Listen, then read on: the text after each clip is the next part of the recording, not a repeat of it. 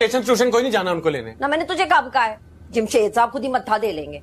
चल मेरा पुत्र आराम से सो जा है। ले आराम सुकून से सो जा, पूरा गिला कर दिया मुझे, सो जा। ना तो तूने कौन सा शिलिंग को जाना है, तुझे शिलिंग होने का डर है। शलिंक नहीं होता, शरिंक होता है।